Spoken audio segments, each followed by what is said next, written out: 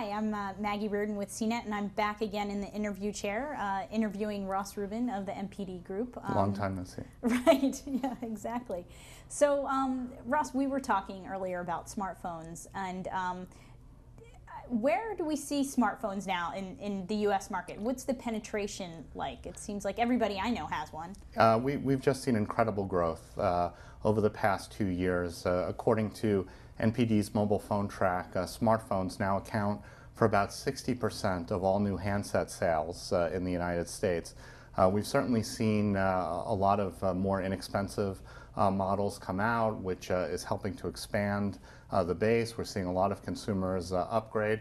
We're also seeing a lot of growth in the prepaid segments, and these are among the most price-sensitive consumers in the market.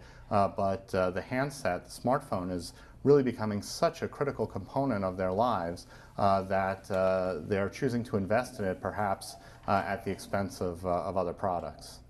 So, it's interesting because when I've spoken to Nokia and Microsoft about bringing those phones into the U.S. market and where Windows Phone... Things like the Asha phone. Right, and where they're going to play. And I think the demographic that they're targeting are the folks who are new first-time smartphone owners. Are those customers, do they have different needs than the folks we've already seen using Android and iPhone? Well, there's at least two very good reasons for Nokia and Microsoft to target those customers. First is that if they're new smartphone customers, they don't have the investment in apps or content or even knowing how the phone works the same way an existing iPhone user or Android user would. So they're more of a greenfield customer, and there's no legacy.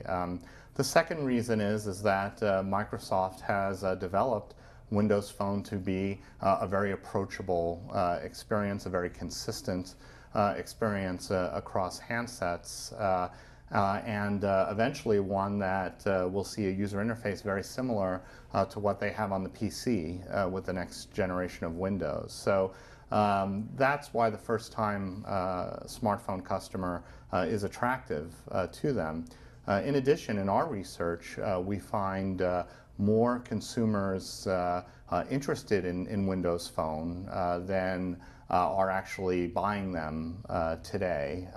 And we're seeing a relatively strong percentage of first-time smartphone customers consider Windows Phone. Now, unfortunately, that surprises me a little bit. Well, unfortunately for Microsoft, it's not really enough to topple Apple or the Android vendors at this point, but it does bode well compared to where they are in the market today. Well, it's interesting because well, you tell me what you think, but I've had this ongoing debate with some of my colleagues about whether Windows Phone will be successful or not successful. What do you think? I mean, they may not be able to topple Google or Apple, but can they make a run for it?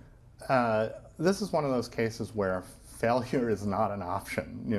For Microsoft to remain relevant as a global software powerhouse, it has to be successful in the handset. So we're seeing tremendous investment by Microsoft.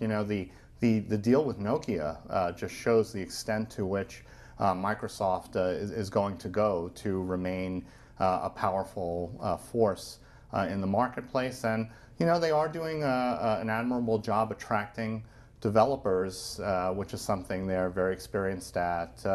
If you look at all the companies that have had to really start over since the iPhone, Microsoft may have been relatively late to start over, but they have probably done the best at this point. When we look at something like the fate of Palm or RIM, which is still rebuilding, Microsoft is making some progress. They obviously need to do a lot better in terms of the share, but the story is starting to come together. Okay, I mean, do you think CES is going to be like all about Windows Phone and maybe even all about Windows Phone on Nokia? We may see some announcements there.